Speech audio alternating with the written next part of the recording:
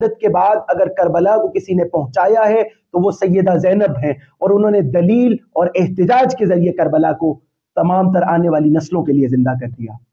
تو ہمارا بھی یہ وظیفہ بنتا ہے کہ ان شہداء جو پارا چنار کے اندر ہم نے شہادتیں دی ہیں، ان کے حوالے سے اپنی آواز احتجاج ضرور بلند کریں۔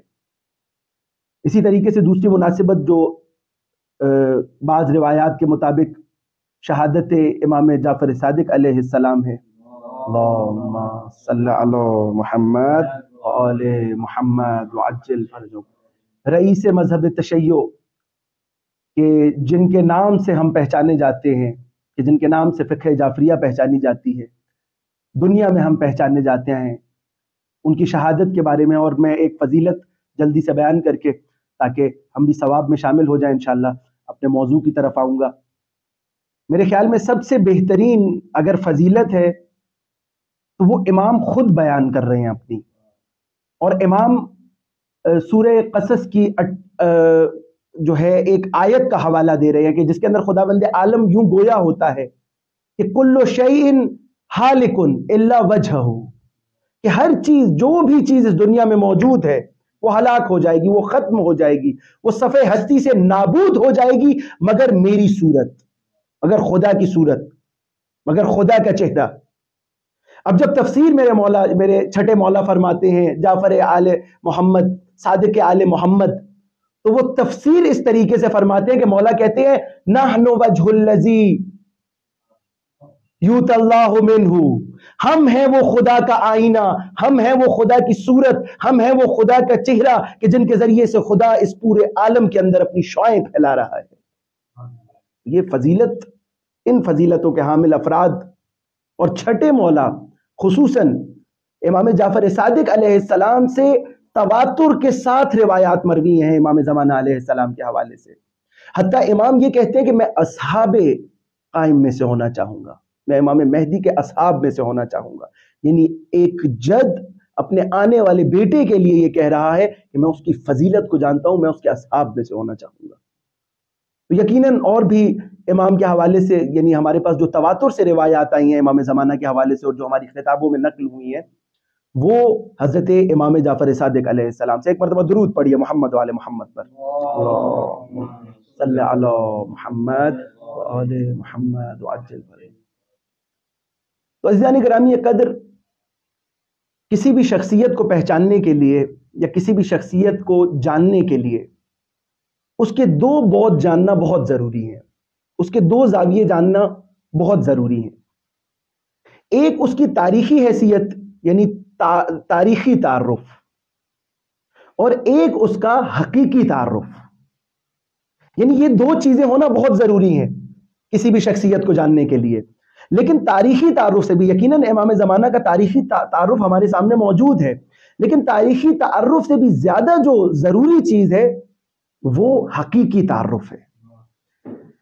اور یہاں پہ آگے جواد عاملی بہت خوبصورت جملہ کہتے ہیں، آگے جواد عاملی کہتے ہیں کہ آپ امام زمانہ کو دیکھ رہے ہوں گے، آپ امام زمانہ کو پکار رہے ہوں گے، لیکن آیا کیا امام زمانہ آپ کو دیکھ رہے ہیں؟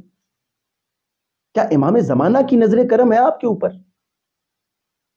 شیخ رجب علی خیاط کا وہ مشہور جملہ کہ جب ان کے پاس ایک شخص آیا جو عارف تھے خود، ان کے پاس ایک شخص آیا اور کہنے لگا کہ مجھے کوئی وظیفہ بتا دیجئے، کیونکہ آپ بہت بڑے عارف ہیں، مجھے کوئی وظیفہ بتائیے میں امام سے ملاقات کر سکوں۔ تو شیخ رجب علی خیاط نے بہت خوبصورت جملہ کہا، انہوں نے کہا دیکھو ایسے بنو کہ تمہیں امام کی ملاقات کے لیے نہ جانا پڑے بلکہ امام خود تمہاری ملاقات کے لیے آئے۔ یعنی یہ بہت بڑی، یعنی امام کی نظر کرم آپ کے اوپر ہو، امام آپ کو چاہ رہے ہوں، کہ جیسے کربلا میں حبیب کو خط لکھ کے زمانے کا حسین بلا رہا ہے۔ امام کے لیے ایسے بنے۔ اور قرآن کی وہ آیت سورہ اعراف کی جو ہے آیت ہے کہ جس کے اندر خداوند عالم یوں گویا ہوتا ہے کہ وَتَرَاهُمْ يَنظُرُونَ إِلَيْكَ وَهُمْ لَا يُبْصِرُونَ، کہ وہ سب آپ کو دیکھتے رہتے ہیں یا رسول اللہ، یہ جتنے لوگ ہیں، جتنے بت پرست ہیں، جتنے مشرکین ہیں، سب آپ کو دیکھتے رہتے ہیں، لیکن حقیقی آنکھ سے کوئی نہیں دیکھ سکتا، بصیرت سے کوئی نہیں دیکھ سکتا۔ تو امام زمانہ کے لیے ایسے بنیے کہ امام زمانہ آپ کو دیکھے، امام زمانہ کی خواہش ہو کہ وہ اپنے اس غلام کو اور اپنے اس چاہنے والے کو دیکھ سکیں. ہارون مکی کی طرح بنیے کہ جب امام کہیں کہ یہاں کود جاؤ تو وہ کود جائیں. سمعن و طاعتا، جہاں امام نے کہا وہیں پہ وہ جو ہے بجا لائے فوراً امام کے حکم کو. عزیزان گرامی قدر، دنیا کے اندر ہم دیکھتے ہیں کہ ہمیشہ دنیا کسی امید کے ساتھ باقی ہے، اور جب تک امید نہ ہو انسان ترقی بھی نہیں کر سکتا، کیونکہ انسان مایوسی کی جانب چلا جاتا ہے. یعنی انسان کی زندگی میں امید کا ہونا بہت ضروری ہے. اگر میں عام مثال دوں تو ایک ڈگری حاصل کیا ہوا انسان، اس کو یہ امید ہوتی ہے کہ مجھے نوکری مل جائے گی. اگر اس کو ابھی نوکری نہیں بھی مل رہی تو اس امید سے اس نے لو لگائی ہوئی کہ انشاءاللہ مجھے عنقریب کوئی نوکری یا کوئی جگہ مل جائے گی، کیونکہ میں نے وہ علم حاصل کر لیا کہ جس کے بعد مجھے کوئی کام مل جانا چاہیے. تو یہ جو امید ہوتی ہے نا، ہر چھوٹے چھوٹے عمل میں جو ایک ہماری امید بندھی ہوئی ہوتی ہے، اس امید کے اوپر انسان مایوسی کا شکار نہیں ہوتا. اور اگر انسان مایوسی کا شکار ہو جائے، جو بعض افراد ہوتے ہیں، تو وہ کیا ہوتا ہے ان کے ساتھ کہ وہ سائیکولوجیکل پیشنٹ بن جاتے ہیں. ان کو بہت ساری جو ہے وہ ذہنی امراض لاحق ہو جاتے ہیں. کیوں؟ کیونکہ وہ اپنے آپ کو مایوسی میں ڈال دیتے ہیں. ان کے سامنے دنیا بند ہو جاتی ہے. یعنی وہ ایک بند دروازے پہ، ایک بنبست جس کو ہم کہتے ہیں، یعنی ایک بند گلی میں آگے کھڑے ہو جاتے ہیں. تو جب بھی انسان امید کا دامن اپنے ہاتھ سے چھوڑتا ہے تو وہ مایوسی کا دامن پکڑ لیتا ہے. اور جب ہی انسان مایوسی کا دامن پکڑتا ہے تو جان لیجئے کہ وہ اس کی زندگی کا، یعنی اس کی نارمل لائف کا، اس کی عام زندگی کا آخری دن قرار پاتا ہے. اب اسی طریقے سے جہاں ہم اپنے چھوٹے چھوٹے جو بھی ہم کام انجام دے رہے ہوتے ہیں، اس کے بعد ہمیں کچھ جزا کی، کسی اجر کی، اس کام کے نتیجے میں، یعنی اس علت کو انجام دینے کے بعد کسی معلول کی امید ہوتی ہے. اس وجہ سے ہم ہر کام کو انجام دے رہے ہوتے ہیں. تو اس امید کو انسان کبھی بھی ٹوٹنے نہیں دیتا، کیونکہ اس کو پتا ہوتا ہے کہ اس کے بعد میں جب بنبست میں جاؤں گا تو پھر میری وہ زندگی کا آخری دن قرار پائے گا. اسی طریقے سے آپ دیکھیں کہ پوری دنیا میں یعنی میں اس میں کوئی اسلام کی یا مسلمانوں کی یا کسی امت کی یا کسی فرقے کی یا کسی قوم کی یا ذات کی یا قبیلے کی بات نہیں کر رہا. پوری دنیا کے اندر ہر کوئی اپنے لیے ایک امید تراشتا ہے. کیونکہ ایک دفعہ ہم دیکھتے ہیں ہماری فردی زندگی، ایک دفعہ ہم اجتماعی زندگی دیکھتے ہیں. جو بھی پاکستان میں آپ حالات دیکھ رہے ہیں کہ کس طرف حالات جا رہے ہیں، اور اگر پاکستان میں کوئی امید بن کر نہیں آئے گا تو یقینی سی بات ہے کہ لوگ نا امیدی اور مایوسی کی طرف جائیں گے، اور پھر وہ ان ممالک کی طرح حال ہوگا کہ جن میں انقلاب آ گیا. تو یہ جو امید کا سلسلہ ہوتا ہے سب نے تراشا ہے، اور سب نے اس امید کے سلسلے کو مختلف ناموں سے تراشا ہے. جامع کی امید کے لیے کہ یہ ایک جامع، ایک معاشرہ، ایک امت، ایک بہت بڑا لوگوں کا جو ہے ایک ملک، اس کے لیے امید ایک تراشی ہے. کوئی کہتا ہے، جیسے ہم نے پچھلے دروس میں بھی، میں تمہیداً ذکر کروں گا، پچھلے دروس میں بھی جو پچھلا درس ہوا اس کے اندر جو ہے یہ بیان ہوا کہ کیسے تمام تر مذاہب کے اندر کسی نہ کسی منجی کا کوئی نہ کوئی کسی نہ کسی اسپیکٹ کے ساتھ اس کا ایک زاویہ یا اس کی شخصیت کا ایک جو ہے پہلو بتایا گیا ہے کہ وہ آئے گا اور وہ نجات دے گا. تو اس امید پہ دنیا قائم ہے. اچھا، اس امید کو کبھی کبھی انسان جو ہے اپنے یہ جو ابزار ہوتے ہیں، مثلا اپنے کیمرے کے ذریعے سے، فلم بنانے کے ذریعے سے باہر ابھار کے لے کر آتا ہے اس امید کو. وہ کیا بناتا ہے؟ وہ اسپائڈر مین بناتا ہے. وہ کیا بناتا ہے؟ وہ مثلا ابھی جو ایک سیریز چل رہی ہے مثلا اس کے اندر ایونجرز، یہ تمام تر چیزیں وہ خود بناتا ہے، کیونکہ اس کو ایک انسان کامل کی تلاش ہے جو آ کے دنیا کو ظلم و جور سے جو بھری ہو اس کو عدل و انصاف سے بھر دے، جو سب کا حامی ہو، جو سب سے محبت کرنے والا ہو، جو انسانیت کا علمبردار ہو. موعود کا جو مطلب ہے اتفاقاً، اور بہت خوبصورت کتاب ہے، میں سب سے کہوں گا جو سامعین اگر سن سکتے ہیں، مجھے نہیں پتا اردو میں ترجمہ ہوئی ہے یا نہیں ہوئی، اگر جواد آملی نے اسی پر کتاب لکھی ہے، موعود موجود. یعنی کیونکہ یہ جو موعود کا تصور ہے نا، اس کے دو زاویے ہیں. ایک یہ زاویہ ہے کہ وہ دنیا کو کیا کرے گا؟ وہ دنیا کو عدل و انصاف سے بھر دے گا، وہ حکومت قائم کرے گا. اور ایک یہ زاویہ ہے کہ وہ خود جو ہے تمام تر لوگوں میں کامل ترین فرد ہوگا. یعنی انسان کو تلاش ہے، انسان نے بہت سارے بت تراش لیے ہیں اس امید کو باقی رکھنے کے لیے، اپنی جامع اور اپنے معاشرے کی امید کو باقی رکھنے کے لیے بہت سارے بت تراش لیے ہیں. تو ہم آج ان سب افراد کو کہ جنہوں نے مختلف طریقوں سے بت تراشے ہیں اور مختلف طریقوں سے وہ اپنی امید کو جو ہے امید کے دامن کو پکڑے ہوئے ہیں، آج ہم ان سب کو دعوت دیتے ہیں کہ وہ آئیں اور ہماری زبان سے، بلکہ ہماری زبان سے نہیں، صادق آل محمد کی زبان سے اس منجی کا تعارف سنیں کہ جس نے آ کے دنیا کو عدل و انصاف سے بھرنا ہے۔ تو یہ تو ہو گئی تمہیدی گفتگو۔ اب ہم آتے ہیں اپنے موضوع کی طرف کہ جو تھا اسلامی عقیدہ مہدویت۔ سیر حاصل گفتگو کی جناب مولانا محسن ناصری نے پچھلے درس میں اس حوالے سے کہ جو عالم میں امام کا اور مہدی موعود کا جو تصور ہے اور جس طریقے سے لوگ مانتے ہیں مختلف طریقوں سے، تو اب ہم اسلام کے اندر خود مثلا عامہ میں اور امامیہ میں مثلا کس طریقے سے پایا جاتا ہے، انشاءاللہ اس پر آرائز پیش کریں گے۔ ایک مرتبہ درود پڑھیے محمد و آل محمد پر۔ اللہم صلی علی محمد و آل محمد وعجل فرجهم۔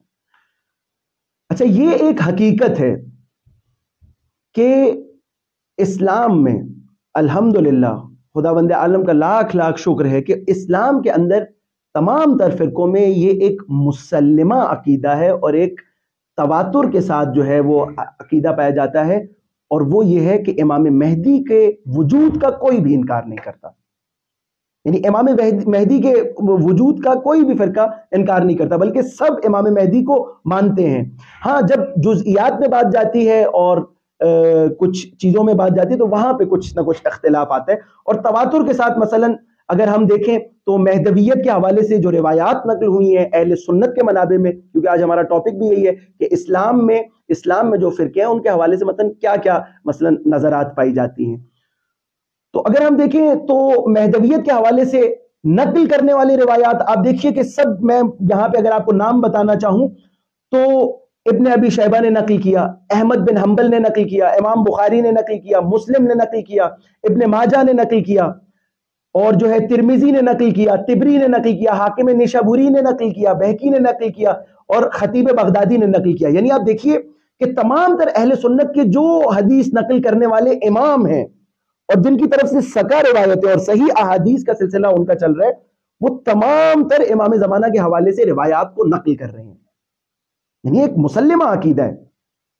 اسی طریقے سے جو ہے وہ ایک کتاب ہے شیخ محمد ایروانی نے لکھی ہے، انہوں نے کہا کہ 30 کتابیں امام مہدی پر، شیعوں نے نہیں، اہل سنت نے، عامہ نے، 30 بڑے علماء نے 30 کتابیں لکھی ہیں امام زمانہ کے وجود پر، یعنی ایک مسلمہ عقیدہ ہے۔ اور ان کے ہاں بھی وہ یہ مانتے ہیں کہ تواتر سے روایات اس پر کیونکہ آئی ہیں، تو تواتر روایات کا یہ بتا رہا ہے کہ یہ ایک مسلمہ عقیدہ ہے مسلمانوں کا، تمام تر عالم اسلام کے اندر رہنے والے ہر مسلمان کا یہ عقیدہ ہے کہ وہ امام مہدی علیہ السلام اور امام مہدی آخر الزمان اجل اللہ تعالی فرجہ شریف کو مانتا ہے اور ان کے ظہور کا منتظر ہے۔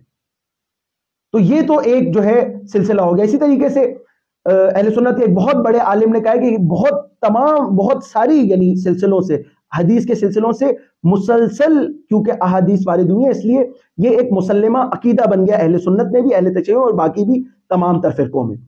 اور اس میں سب سے بڑی دلیل یعنی مسند احمد ابن حنبل، یعنی واضح تمام تر سنیوں کے نزدیک واضح کتاب ہے، عامہ کے نزدیک تمام تر اس کو مانتے ہیں، اور اس کے اندر بھی ایک وہ روایت کے جو انہوں نے، میں نے خود دیکھا کہ بہت سارے ان کے علماء نے اس کے نیچے جو حاشیہ لگایا ہے اس میں اس کو صحیح قرار دیا ہے۔ اور روایت کیا ہے؟ جلد نمبر 17 ہے، صفحہ نمبر 416 ہے۔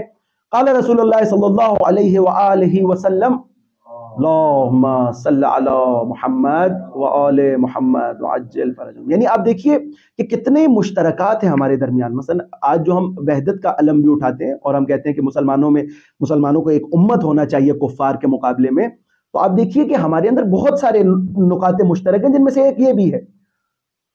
روایت نقلی ہوئی ہے لا تقوم الساعۃ حتی تمتلئ الارض ظلما وعدوانا، یعنی نہیں واقع ہو سکتی قیامت، قیام نہیں ہو سکتا قیامت کا مگر یہ کہ دنیا ظلم اور جور سے پوری کی پوری بھر جائے۔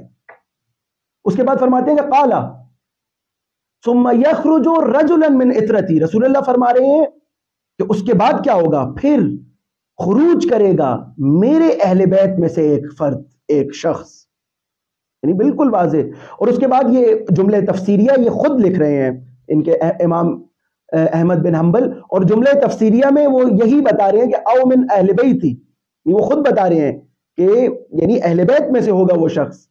من یملؤها قسطا وعدلا کما ملئت ظلما وعدوانا، یعنی وہی روایت جو ہمارے ابھی ہمارے منابع میں نقل ہوتی ہے کہ جس طریقے سے جو ہے پوری دنیا ظلم و جور سے بھر گئی ہوگی، وہ اسی طریقے سے پوری دنیا کو عدل و انصاف سے بھر دے گا. تو یہ دیکھیے ایک بہت بڑا نقطہ مشترک ہے ہمارے درمیان.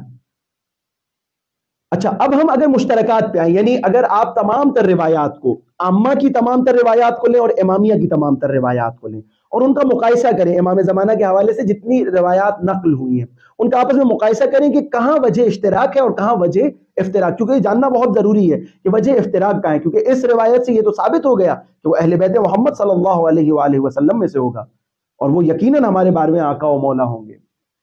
تو مشترکات جو ہیں، یعنی اگر آپ روایات کا مقائسہ کریں امامیہ اور عامہ کی، تو مقائسے میں ہمیں ملتا ہے کہ کچھ موضوعات ہیں کہ جو دونوں کے ہاں یکساں ہیں، مشترک ہیں.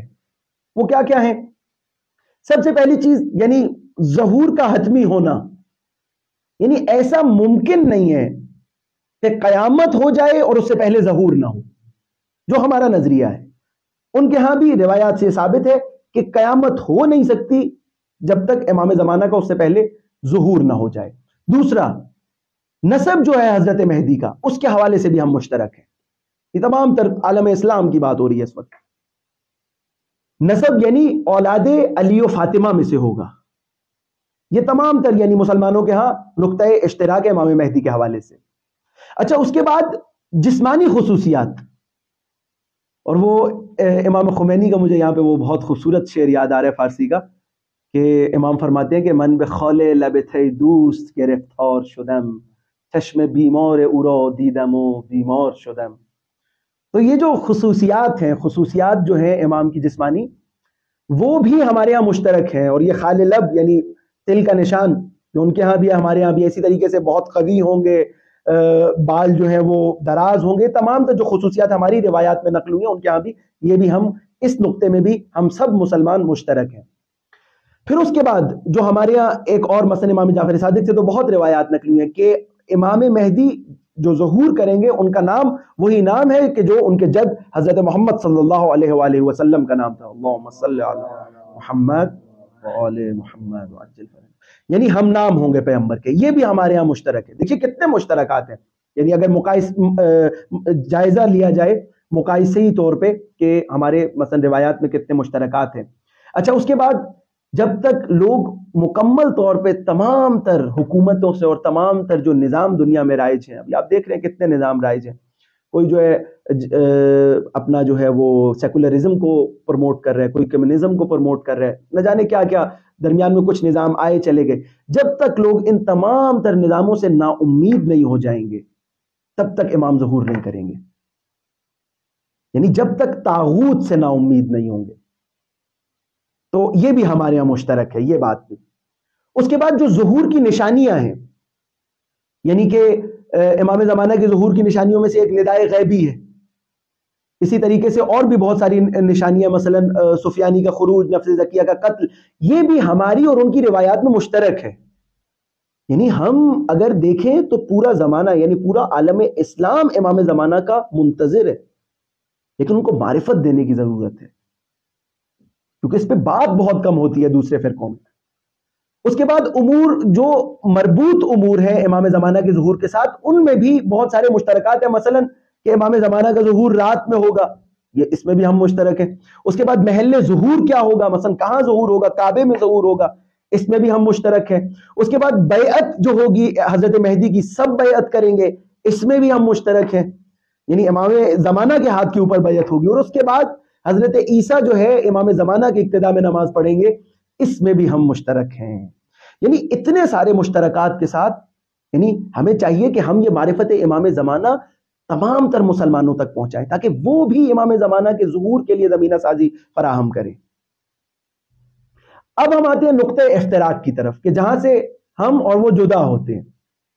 نقطہ افتراق جو ہمارا ان کے ساتھ ہے وہ ایک ہی ہے امام زمانہ کے حوالے سے، باقی تو نسب بھی وہی ہو گیا، علی و فاطمہ کا کے فرزند ہیں، یہ تمام تر چیزیں جب ایک ہو گئیں. اس کے بعد جو مسئلہ ہے وہ ولادت کا مسئلہ ہے.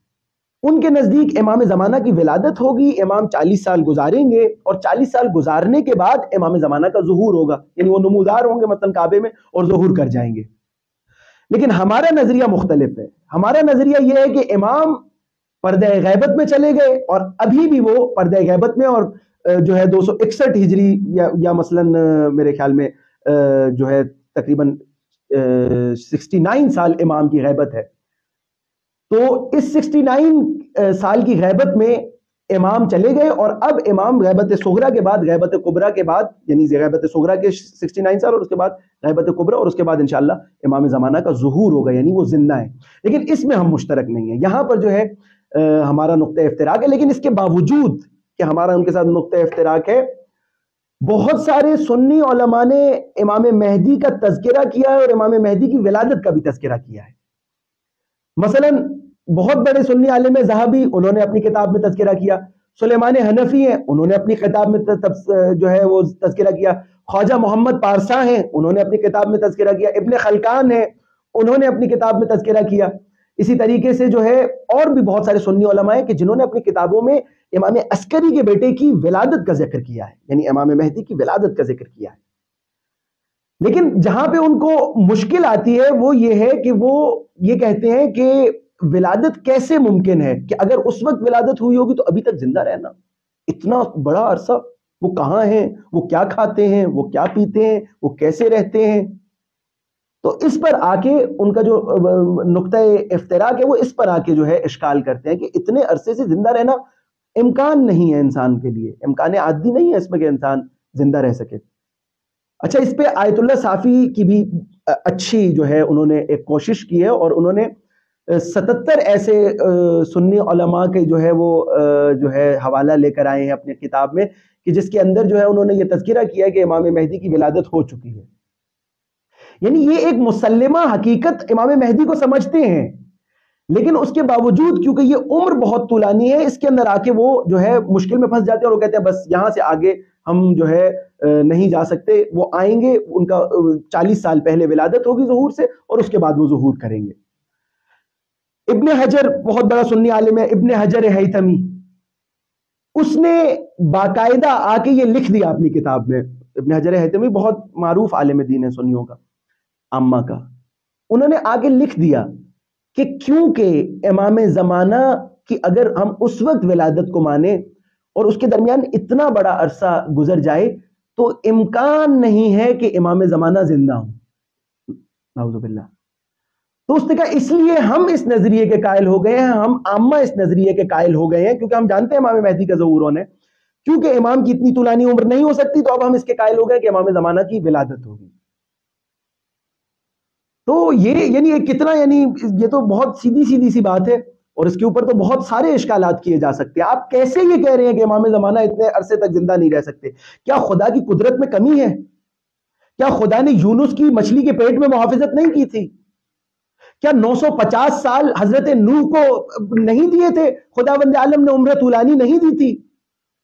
کیا حضرت جو ہے وہ عیسیٰ کو زندہ نہیں رکھا ہوا؟ کیا حضرت خضر کو زندہ نہیں رکھا ہوا؟ کیا حضرت صالح کو زندہ نہیں رکھا ہوا؟ آپ کے بھی مسلمہ عقائد میں عیسیٰ زندہ ہے، صالح زندہ ہے، خضر زندہ ہے. تو جو خدا عیسیٰ، صالح اور خضر کو زندہ رکھ سکتا ہے، وہ ان کے آقا و مولا امام مہدی کو بھی زندہ رکھ سکتا ہے. یعنی یہ تو ایک بہت سیدھا سا اشکال ہے، تو بہت آسانی سے جواب دیا جا سکتا ہے.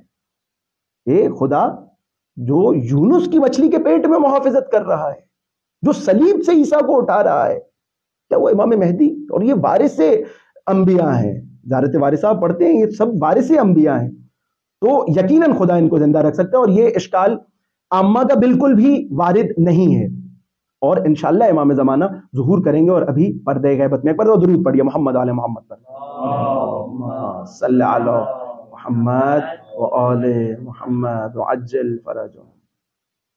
اچھا، اب ہم آتے ہیں کہ عامہ کے یہ نظریے جو ہیں، ان کے رد کے لیے مثلا ہمارے پاس کیا دلائل ہو سکتے ہیں؟ کیونکہ ان کے نزدیک امام زمانہ کا زندہ ہونا قابل اشکال ہے. اچھا اس بات کے اوپر ہم ایک اور بھی حاشیہ لگا سکتے ہیں. دیکھیے امام زمانہ کا زندہ رہنا محال عقلی نہیں ہے، محال عادی ہے. یعنی محال عقلی کیا ہوتا ہے؟ محال عقلی ہوتا ہے کہ 2 اور 2 5 ہو جائے. کیا کبھی ایسا ہو سکتا ہے 2 اور 2 5 ہو جائے؟ امکان نہیں ہے. اور کیونکہ 2 اور 2 5 لا شیء ہے، کیونکہ 2 اور 2 5 لا شیء ہے، امکان نہیں ہے کہ اصلا قدرت خدا اس پر جاری نہیں ہوتی، کیونکہ لا شیء ہے. جو چیز ہے ہی نہیں اس کے اوپر قدرت خدا بھی مانا ہے. جیسے امام جعفر صادق سے کسی نے سوال کیا کہ مولا کیا میری کیا ایک انڈے کے اندر پوری کائنات سما سکتی ہے؟ اس بزرگی کے ساتھ کائنات اور اس چھوٹے سے انڈے کے اندر سما سکتی ہے؟ پہلے امام نے نقضی جواب دیا، اور امام نے نقضی جواب یہ دیا کہ تمہاری آنکھ دیکھو ذرا آسمان پر. اس نے اپنی آنکھ اٹھائی، آسمان پر دیکھا. مولانا نے کہا کیا پورے آسمان اتنا بڑا، اتنی بزرگی والا آسمان کیا تمہاری آنکھ میں نہیں سما گیا؟ اس نے کہا جی مولا. مولانا نے کہا تو بس پھر کائنات. یعنی یہ ایک نقضی جواب تھا. پھر امام نے جو اس کا استدلالی جواب دیا، اور اس کو شیخ صدوق نے اپنی کتاب توحید میں بھی نقل کیا ہے اور انہوں نے یہ روایت نقل کی ہے، اس میں پھر امام نے دوسرا جواب بھی دیا. یعنی کبھی کبھی یقیناً عقلوں کے مطابق اللہ قدر عقولہم امام گفتگو کرتے ہیں. تو ایک دفعہ یہ جواب دیا، ایک دفعہ جب کوئی سمجھنے والا آیا تو اس کو الگ طریقے سے جواب دیا. اس کو بتایا کہ اس انڈے میں وہ استعداد نہیں ہے، اصلا قدرت جاری ہی نہیں ہوتی وہاں پہ، وہ لا شیء ہے، کیسے ادھر قدرت جاری ہوگی؟ یعنی ایک چیز جو ہے ہی نہیں، نہ ایسا انڈا ہے اور نہ ایسی کائنات ہے جو اس میں سما جائے. تو جو لا شیء ہے اس کے اوپر قدرت کا کہنا، یا کہنا کہ خدا کی قدرت جاری ہوتی ہے، وہ یعنی محال ہے، یعنی وہ بے معنی ہے، وہ عبث ہے، ممکن ہی نہیں ہے، امکان ہی نہیں ہے. تو یہ بھی امام کا اس پردے غیبت میں جانا محال عقلی نہیں ہے، 2 اور 2 5 والی بات نہیں ہے، محال عادی ہے. معجزہ کیا ہوتا ہے؟ معجزہ محال عقلی نہیں ہوتا، محال عادی ہوتا ہے، تو عموماً نہیں ہو سکتا. لیکن وہ اگر مثلا ایسی علتیں ملیں تو ہو سکتا ہے، یعنی وہ ہو سکتا ہے، امکان ہے، اس کا امکان عقلی موجود ہے. تو امام کا بھی یعنی زندہ رہنے میں اگر انسان کوئی 2000 سال بھی زندگی کر لیتے تو اس کا امکان عقلی موجود ہے، امکان عادی جو ہے وہ موجود نہیں ہے. اچھا اس کے بعد ہم آتے ہیں خود مثلا برہان اگر ہم قائم کریں اور امام زمانہ کے ہونے کو اگر ہم ثابت کریں کہ امام زمانہ ابھی موجود ہے، کیونکہ یہی ایک نقطہ افتراق ہے ہمارا اور ان کا. باقی تو میں نے آپ کو بتایا کہ تمام تر چیزوں میں ہم مشترک ہیں. تو اگر یہ ثابت ہو جائے تو پھر ہمارا کوئی نقطہ افتراق ہی نہیں بچے گا. اور اسلامی عقیدہ مہدویت جو آج کا ہمارا موضوع بھی ہے، اس کے اندر ضروری ہے کہ ہم یہ ثابت کریں کہ امام زمانہ موجود ہے اور واسطہ فیض الہی ہے، وہ نقطہ مرکزی ہے کہ جس کے ذریعے سے خدا اپنا نور اس عالم میں بخش کر پھیلا رہا ہے. تو عزیزان محترم، سب سے پہلے تو بہت ہی آسان سی بات کہ دلیل برہان لطف جاری ہو گئے یہاں پہ. وہی برہان لطف کے جو انبیاء کے لیے ہم جاری کرتے ہیں کہ خداوند عالم حکیم ہے، اور حکیم انسان کو بے ہدف خلق نہیں کر سکتا. ضروری ہے کہ جو حکیم ہے وہ جو چیز بھی خلق کرے اس کا کوئی نہ کوئی ہدف ہو، اس کا کوئی نہ کوئی ہدف نہائی ہو. اور یقیناً انسان کا ہدف نہائی کمال ہے، انسان کا ہدف نہائی معرفت خدا ہے، خدا تک پہنچنا ہے. اب اس ہدف نہائی کے لیے، خدا تک پہنچنے کے لیے، کمال تک پہنچنے کے لیے ضروری ہے کہ خدا وہ تمام تر وسائل انسان کو فراہم کرے کہ جس کے ذریعے سے وہ حضرت حق تک پہنچ سکے. اور اگر وہ خدا وسائل فراہم نہیں کرے گا، اگر اس کو بتائے گا ہی نہیں کہ تم نے کیسے کمال تک پہنچنا ہے، تو یہ کار عبث ہو جائے گا کہ آپ سامنے والے سے چاہ رہے ہیں کہ وہ یہ کرے، اور آپ اس کو مثلا آپ چاہ رہے ہیں کہ سامنے والا لکھے لیکن آپ اس کو قلم ہی نہیں دے رہے، تو وہ کیسے لکھے گا؟ تو یہ کار عبث ہو جائے گا، اور حکیم کبھی کار عبث انجام نہیں دیتا. تو اسی طریقے سے خداوند عالم نے ہر زمانے کے لیے وسیلہ فراہم کیے، یا نبی کی صورت میں یا امام کی صورت میں. اور ہمارے نظریے کے مطابق یہ استمرار رک نہیں سکتا، یہ ہمیشگی رک نہیں سکتی. یہ استمرار میں سلسلہ قائم ہے جو حضرت خاتم سے شروع ہوا اور حضرت قائم تک باقی ہے. یعنی یہ استمرار رک نہیں سکتا. اب بعض لوگ آئے، انہوں نے اشکال کیا یعنی اسی بات پر، اسی برہان پر، کہ دیکھیے جو انسان کا سیر سلوکی تھا اور انسان نے جتنا علم حاصل کرنا تھا اور انسان کو جتنا وسیلہ چاہیے تھا وہ مکمل ہو گیا اسی وقت تک جب تک حضرت خاتم موجود تھے. حضرت محمد مصطفیٰ صلی اللہ علیہ، ایک مرتبہ درود پڑھیے محمد وعلی محمد پر.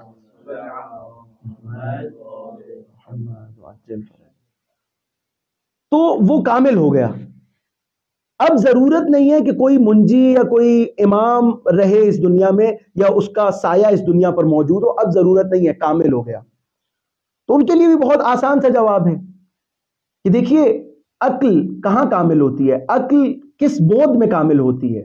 عقل ہمیشہ مثلا کس میں، کیمسٹری میں کامل ہو جائے گی، فزکس میں کامل ہو جائے گی، یعنی ان چیزوں میں عقل چلتی ہے. لیکن جو بود روحانی ہے، جو وحی کا سلسلہ ہے، عقل بھی کہتی ہے کہ اب جب میں نے تمہیں یہ سمجھا دیا کہ خدا ہے، جب میں نے تمہیں یہ بتا دیا کہ رسول اللہ کا ہونا ضروری ہے، جب میں نے تمہیں یہ بتا دیا کہ اماموں کی ضرورت ہے، ہر وقت ایک ہادی کا ہونا ضروری ہے، تو اب تم ان کے ساتھ مل جاؤ اور جو وہ کہیں اس پر عمل کرو. اور وہ متصل ہیں وحی کے ساتھ، جو ہم کہتے ہیں واسطہ فیض الہی. خدا بند عالم کے جتنے فیوز ہیں جو ہم تک پہنچ رہے ہیں وہ ان کے ذریعے سے پہنچ رہے ہیں. اس لیے ہر وقت اس بود روحانی کے لیے آپ کی عقل کبھی کامل نہیں ہو سکتی، کیونکہ عقل بھی یہ کہتی ہے کہ وحی کی طرف رجوع کرو. تو اس لیے ہمیشہ امام زمانہ کا ہونا، ہمیشہ استمرار کے ساتھ ہونا ضروری ہے. اسی طریقے سے ہمارے پاس جو ہے ایک اور بہت مضبوط دلیل، اور یہ والی دلیل میں پہلے بھی کئی مرتبہ مثلا بیان بھی کر چکا ہوں ممبر سے، اور ضروری ہے کہ ہم اس کو سمجھیں، کیونکہ مولا نے یہ ایک دفعہ نہیں کہا. یعنی اس متن کی بہار میں کئی روایات موجود ہیں اسی متن پر، امام باقر سے بھی ہے، امام جعفر صادق سے بھی ہے. یعنی اس کا مطلب ہے کوئی بہت اہم نقطہ ہے جس کی طرف بار بار امام اشارہ کر رہے ہیں.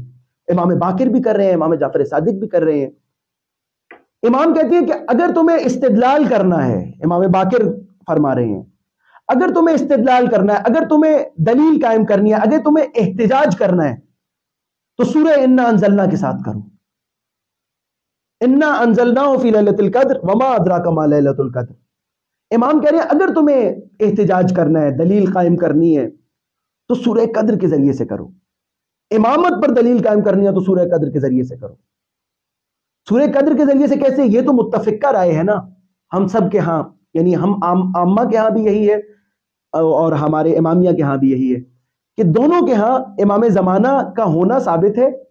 لیکن امام زمانہ کے وجود کے اندر مثلا کہ امام زمانہ یا ولادت کریں گے اس میں مسئلہ ہے. تو اب یہ ہمارے یہاں متفق ایک نظریہ ہے کہ ہر سال شب قدر آتی ہے اور ہر سال نئی شب قدر ہوتی ہے، یقیناً پچھلے والی گزر چکی ہوتی ہے اور اگلی آتی ہے. اسی طریقے سے مسلمہ بات ہے کہ قرآن کریم کی آیت ہے کہ شب قدر جب ہوتی ہے، اور قرآن میں تو یقیناً استمرار ہے، مطلق کا ہے قرآن نے، کہ جب شب قدر ہوتی ہے تو اس میں فرشتوں کا نزول ہوتا ہے. تنزل الملائکۃ والروح فیہا باذن ربہم من کل امر. یعنی فرشتوں کا نزول ہوتا ہے شب قدر میں، یعنی ہر سال شب قدر میں فرشتوں کا نزول ہوتا ہے. فرشتے بھی آتے ہیں اور شب قدر بھی ہر سال ہوتی ہے. اب جب فرشتے بھی آتے ہیں اور شب قدر بھی ہر سال ہوتی ہے تو ہمیں بتائیے کہ حضرت خاتم کے دور کے بعد اور رحلت پیمبر کے بعد وہ کون سی شخصیت ہے کہ جس کے لیے فرشتے آسمان سے امر لے کر اترتے ہیں؟ وہ کون سی شخصیت ہے؟ یعنی گویا آپ قرآن کا انکار کر رہے ہیں اگر آپ منجی عالم بشریت اور ہدایت کے سلسلے کو کاٹ رہے ہیں اور اسے کسی اور جانب لے کر جا رہے ہیں، اسے اجماع امت کی جانب لے کر جا رہے ہیں، منصوص من اللہ سے اس کا رشتہ اور ناطہ توڑ رہے ہیں، تو آپ جان لیجئے کہ آپ قرآن کا انکار کر رہے ہیں. امام باقر کہہ رہے ہیں کہ کس پر اترتے ہیں فرشتے، یہ کس کے لیے جو ہے عوامل لے کر آتے ہیں. اچھا بعض لوگوں نے آگے یہ اشکال کیا کہ نہیں وہ محل کی بات ہے، مکان کی بات ہے، یعنی خانہ کعبہ یا بیت المقدس وہاں پہ اترتے ہیں فرشتے. تو پھر قرآن کے اندر خدا یہ نہ فرماتا کہ وہ امور لے کر اترتے ہیں، خدا یہ نہ فرماتا، کیونکہ ایک بے جان چیز کے اوپر کون سے امور لے کر اتریں گے. میں یوں کہوں گا کہ ڈاکومنٹس جو پورے سال کے ہوتے ہیں، آپ کے زمانے کے امام کے پاس فرشتے ہر شب قدر میں لے کر اترتے ہیں. اور امام پھر فرماتے ہیں کہ مومن کا پہلا دن سال کا شب قدر کا دن ہوتا ہے. تو یہاں سے جو ہے یہ ضروری ہے سمجھنا. اور پھر ایک اور ہمارے پاس روایت امام جعفر صادق سے روایت، اسی روایت کے اوپر کہ امام فرماتے ہیں تنزل الملائکۃ علی امام الزمان مع روح القدس، اور روح القدس سے حضرت جبرائیل کو مراد لیا گیا ہے کہ امام زمانہ پر یہ جو تنزل الملائکہ قرآن کے اندر آیا ہے، یہ امام زمانہ پر ملائکہ اترتے ہیں روح قدس کے ساتھ، یعنی جبرائیل کے ساتھ. وقولہ تبارک اللہ وتعالی تنزل الملائکۃ والروح فیہا باذن ربہم یدفعون ما کتبوہ الی الامام. یعنی وہ جو تمام تر چیزیں ہوتی ہیں، وہ جو پورے سال کا ریکارڈ ہوتا ہے، وہی جو میں نے کہا ڈاکومنٹس ہوتے ہیں، وہ لے کے آپ کے زمانے کے امام کے پاس آتے ہیں. یعنی زمانے کے امام کا ہونا قرآن کی روح سے اور سورہ انا انزلنا کی روح سے ثابت ہے کہ اس وقت بھی کوئی موجود ہے، اور کوئی شک نہیں اس میں کہ وہ 12ویں آقا و مولا حضرت امام مہدی آخر الزمان اجل اللہ تعالی فرجہ شریف ہے. اللہم صلی علی محمد و آل محمد وعجل فرجہ. اور پھر ہمارے یہاں روایات بھی نقل ہوئی ہیں، 12 اماموں کے نام جو ہے وہ ہمارے یہاں نقل ہوئے ہیں. اچھا، اس کے بعد پھر اگر ہم آگے چلیں اسی پر، مثلا اگر اور میں جلدی جلدی دلائل دیتا ہوں گزروں گا کیونکہ دامن وقت میں اب زیادہ گنجائش نہیں رہی.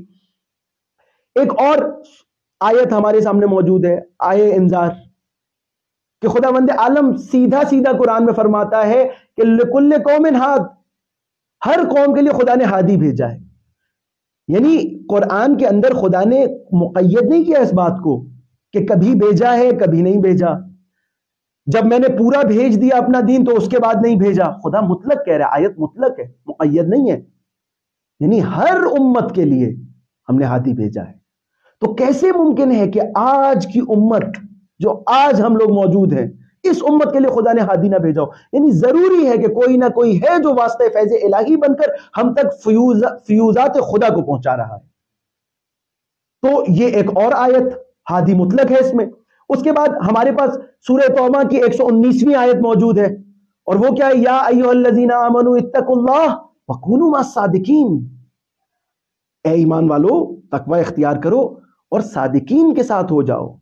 یہاں پر صادقین کا جو لفظ ہے، دیکھیے ایسے نہیں ہے بس ہوا میں خدا نے نہیں کہہ دیا کہ صادقین کے ساتھ ہو جاؤ. صادقین سے مراد وہ بھی نہیں ہے کہ جو جھوٹ نہیں بولتا، سچ بولتا ہے، ورنہ یہاں پہ خدا بتاتا کہ مثلا صادق الکلام، یعنی وہ کلام میں یعنی بولتا ہو تو سچ بولتا ہو. یہاں پر صادقین کو مطلق صادقین کہا گیا ہے، یعنی صرف اس کا قول نہیں، اس کا فعل نہیں، اس کی گفتار نہیں، بلکہ وہ ہر چیز میں سچا ہو. وہ اپنے وجود میں بھی سچا ہو، وہ اپنے قول میں بھی سچا ہو، وہ اپنے فعل میں بھی سچا ہو، اور وہ ہر حوالے سے سچا ہو. اور اس میں کوئی شک نہیں کہ وہ ہم ان 12 راستوں سے ہی ان صادقین تک، صادق آل محمد کے ذریعے سے، امام باقر کے ذریعے سے، امام جعفر صادق کے ذریعے سے ہی ہم ان تک پہنچ سکتے ہیں. جو راستے ہیں یہی راستے ہیں کہ جو خدا نے صادقین تک پہنچنے کے لیے مقرر کیے ہیں. اور وہ بڑا خوبصورت شعر ہے کہ پہنچ جائیں گے 12 راستوں سے حوض کوثر تک، ہمارے راستوں میں کوئی پیچ و خم نہیں آتے. یعنی ہمارے راستے سیدھے ہیں، ہم صراط مستقیم پر ہیں، ہم ادھر ادھر نہیں بھٹکتے، ہم ادھر ادھر جاتے ہیں جدھر جدھر پیمبر اور آل پیمبر جاتی ہے. تو یہ ہمارا راستہ الحمدللہ صراط مستقیم ہے اس حوالے سے. تو خداوند عالم جب یہاں پہ دستور فعلی دے رہا ہے کہ کونوا مع الصادقین، تو ضروری ہے کہ موضوع بھی ہو. جب موضوع ہی نہیں ہوگا تو دستور ابس ہو جائے گا. خدا حکیم ہے، خدا کہہ رہا ہے کونوا مع الصادقین، یعنی صادقین کو خدا نے بھیجا ہوا ہے، آپ کے درمیان موجود ہے. زمانے کا امام آپ کے درمیان موجود ہے کہ جس کے ذریعے سے توسل کر کے آپ نے ان کو خدا تک پہنچنا ہے.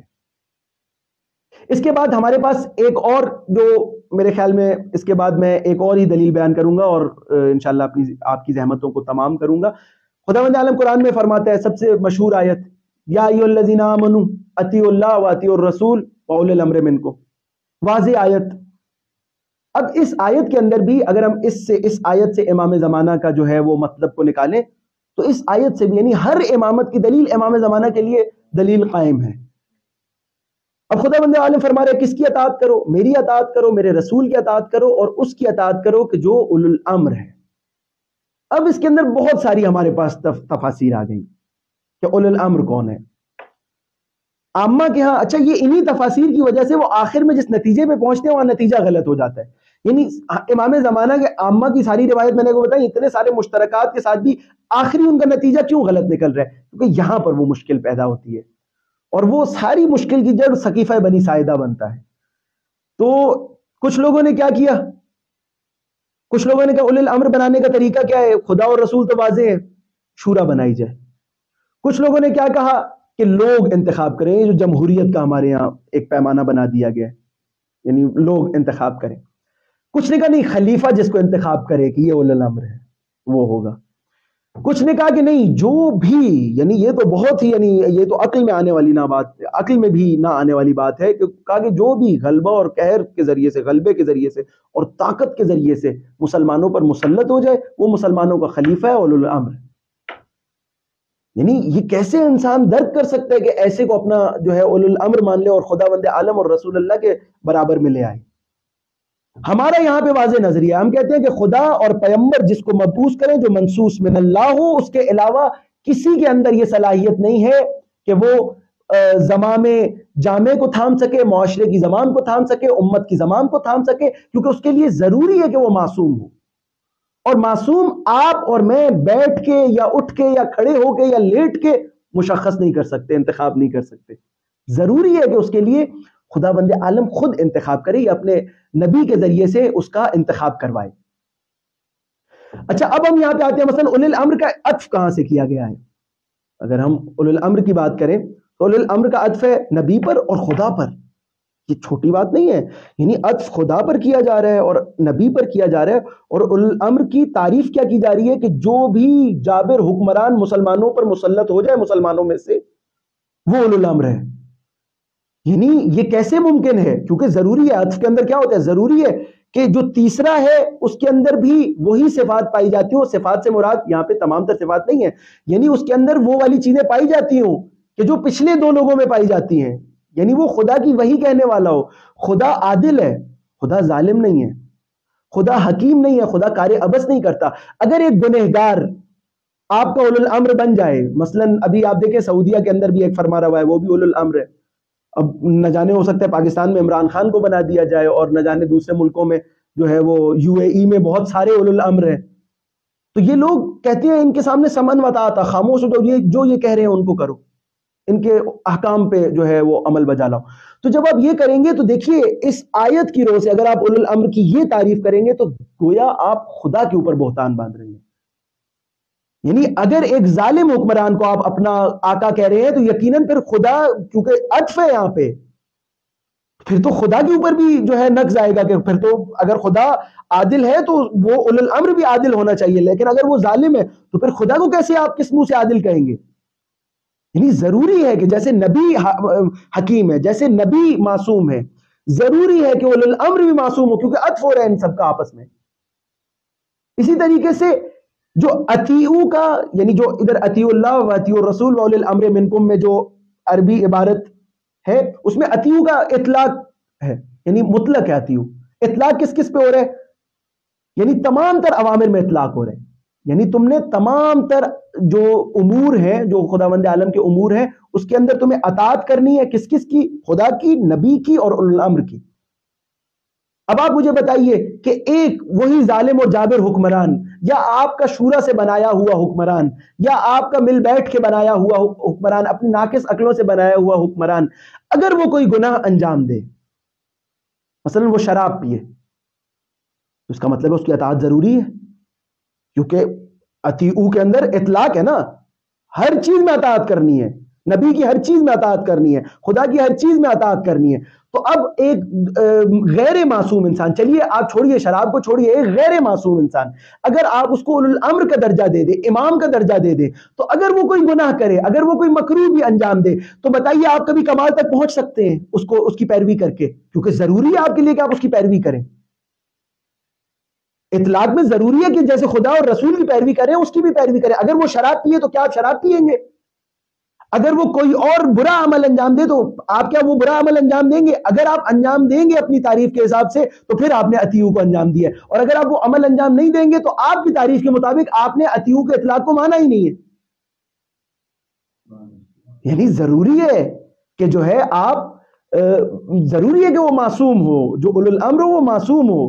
ایسے نہیں ہو سکتا کہ آپ جو ہے ہوا میں، اور کائنات کے اندر اگر رسول اللہ کے بعد کسی نے عصمت کا دعویٰ کیا ہے تو یا وہ علی ہے یا وہ اولاد علی ہے، کہ جو ممبر سلونی میں بیٹھ کے کہتے ہیں سلونی سلونی قبل ان تفقدونی، اور میں زمین کے راستوں سے زیادہ آسمان کے راستوں کو جانتا ہوں۔ اور تمام تر لوگوں کے نزدیک، سب کے نزدیک یہ بات محکم دلیل کی طرح ثابت ہے کہ علی سے افضل کوئی نہیں تھا. تو میں وہ اس دن ڈاکٹر اسرار کا ایک کلپ سن رہا تھا، تو میں نے جب ان کا کلپ سنا، انہوں نے کہا ہر چیز میں سب سے زیادہ افضل مولا علی کی ذات تھی. تو میرے ذہن میں فوراً سوال آیا کہ ایک نیچے سے اٹھ کے کوئی سوال کرنے والا یہ سوال کیوں نہیں کر رہا کہ جب وہ سب سے افضل تھے تو وہ پھر پہلے خلیفہ کیوں نہیں ہے؟ یعنی یہ دیکھیے یہاں سے جو ہے نا گمراہ کیا جاتا ہے لوگوں کو، اور پھر جب وہ کسی مسند پہ بیٹھ جاتے ہیں تو ان کی مجبوری ہو جاتی ہے اپنے فرقے والوں کو چلانا. اچھا، یہاں پر پھر فخر رازی کا ایک اشکال ہے اسی آیت پر، اور اس کے بعد میں انشاءاللہ آپ کی زحمتوں کو تمام کروں گا.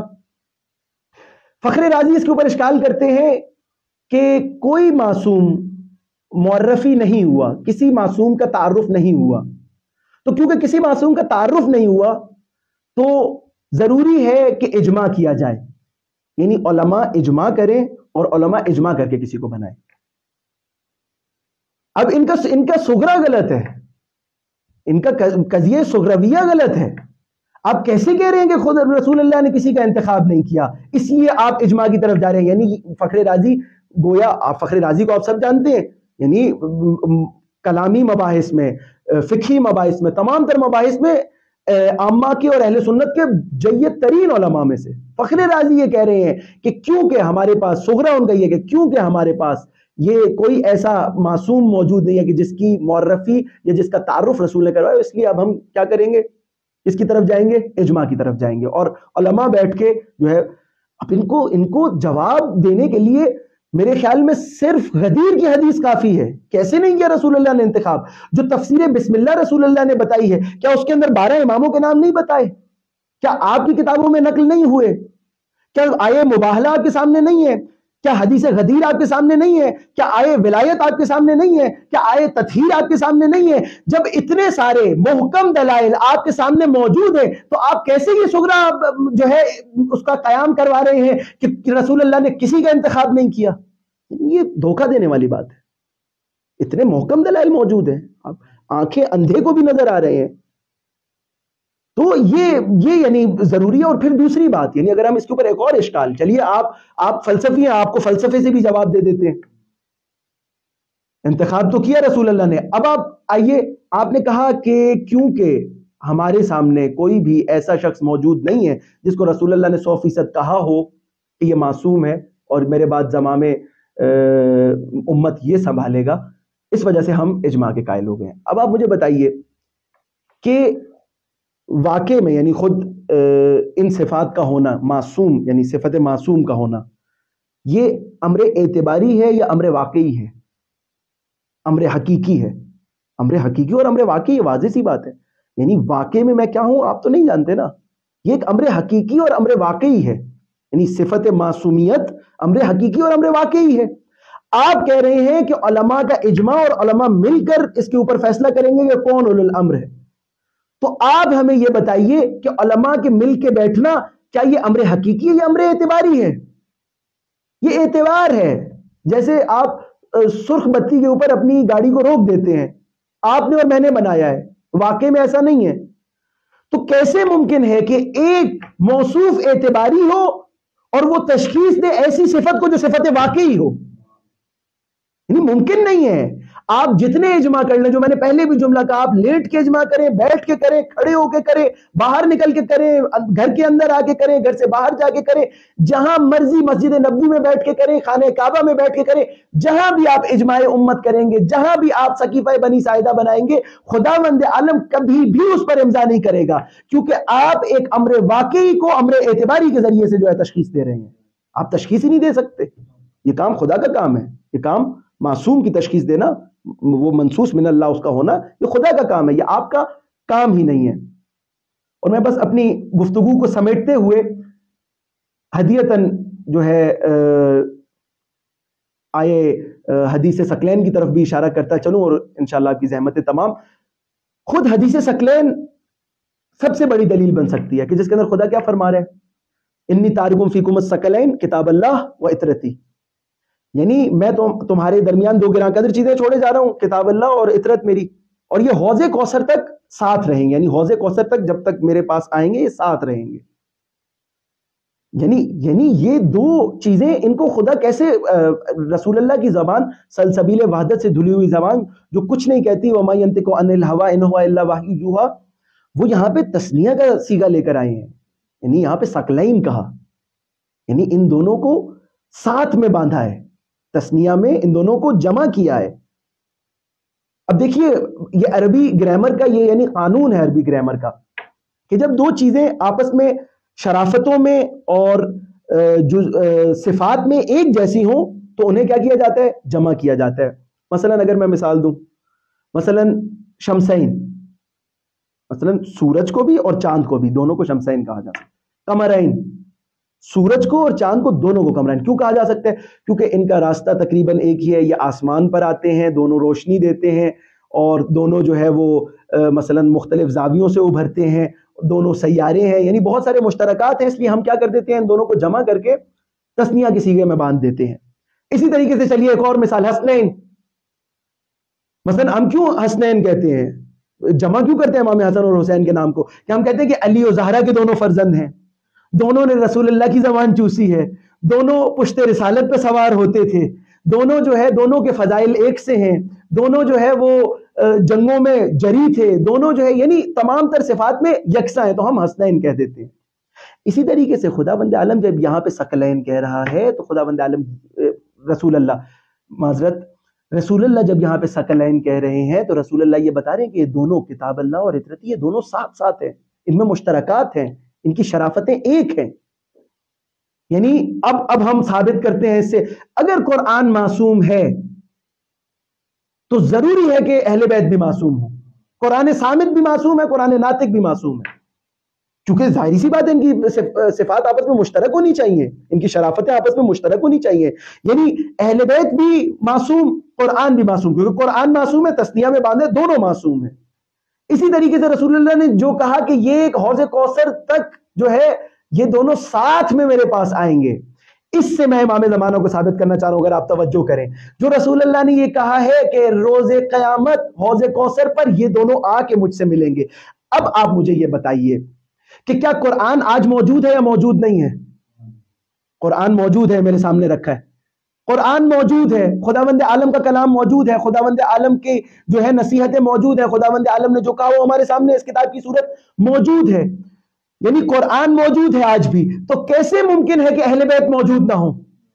یعنی ضروری ہے کہ اگر آج یہ قرآن موجود ہے تو اہل بیت کا ہونا بھی ضروری ہے، اور اہل بیت میں سے کوئی اور موجود نہیں ہے سوائے 12ویں آقا و مولا امام زمانہ اجل اللہ تعالی شریف کے، اللہم صلی علی محمد و آل محمد، کیونکہ سارے اماموں نے ان کی بشارت دی اور امام زمانہ کے حوالے سے کہا کہ یہ پردہ غیبت میں جائیں گے۔ تو جس طریقے سے قرآن موجود ہے، رسول اللہ کی حدیث کے مطابق حدیث ثقلین سب کے ہاں جو ہے مشہور ہے، اسی طریقے سے ضروری ہے کہ اہل بیت بھی موجود ہو، اہل بیت کا یعنی 12واں موجود ہے، قرآن کے ساتھ ہے، اور رسول اللہ نے کہا یہ قیامت کے دن مجھ سے ملیں گے، یعنی آج سے لے کر قیامت تک، اور اس سے پہلے بھی ہمیشہ ہادی موجود تھا، آج بھی موجود ہے، جب تک قرآن موجود ہے، جب تک امت موجود ہے، ہادی بھی موجود ہے، اور قیامت کے دن یہ ہم سب کو رسول اللہ کے حوالے کریں گے، اور انشاءاللہ ہم رسول اللہ اور اہل بیت کی شفاعت سے فیضیاب ہوں گے۔ ایک مرتبہ درود پڑھیے محمد آل محمد پر، اللہم صلی علی محمد و آل محمد۔ میرے خیال میں کافی جو ہے طولانی ہو گئی ہے بات، اسی کے ساتھ جو ہے ہم خداوند عالم کے حضور یہ دعا کرتے ہیں کہ خدایا ہمیں معرفت امام زمان سمجھنے کی توفیق عطا فرما۔ بار الہ ہم تیرے گنہگار بندے ہیں، چاہتے ہیں کہ تیرے مہدی آخر الزمان کی رکاب میں شہادت پا سکیں۔ بار الہ جب امام زمانہ کا ظہور ہو، اگر ہم اس دنیا میں موجود نہ ہوں تو ہمیں ہماری قبروں سے اٹھا دے۔ بار الہ ہم تیری بارگاہ میں واسطہ دیتے ہیں، آج شہادت بھی ہے چند روایات کے مطابق، رئیس مذہب تشیع امام جعفر صادق کا واسطہ دیتے ہیں۔ بار الہ ہمیں معرفت امام زمانہ اور معرفت اہل بیت سمجھنے کی توفیق عطا فرما۔ بار الہ ہمیں معرفت کے ساتھ ان کے سیرت پہ چلنے کی توفیق عطا فرما۔ بار الہ امام زمانہ کے ظہور میں تعجیل فرما۔ بار الہ ہمیں ان کے خاص اعوان و انصار میں شامل فرما۔ اللہم عجل لولیک الفرج۔